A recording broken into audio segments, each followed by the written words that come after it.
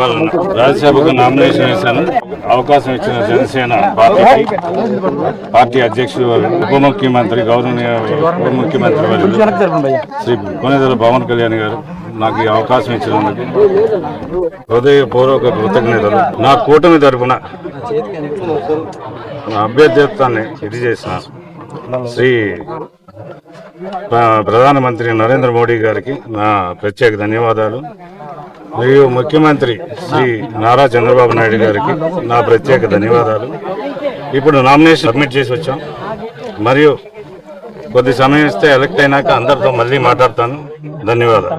ఇవాళ లింగమనేని రమేష్ గారు జనసేన తరఫున జనసేనకి ఒక రాజ్యసభ రావటం, అందులో ఒక అత్యంత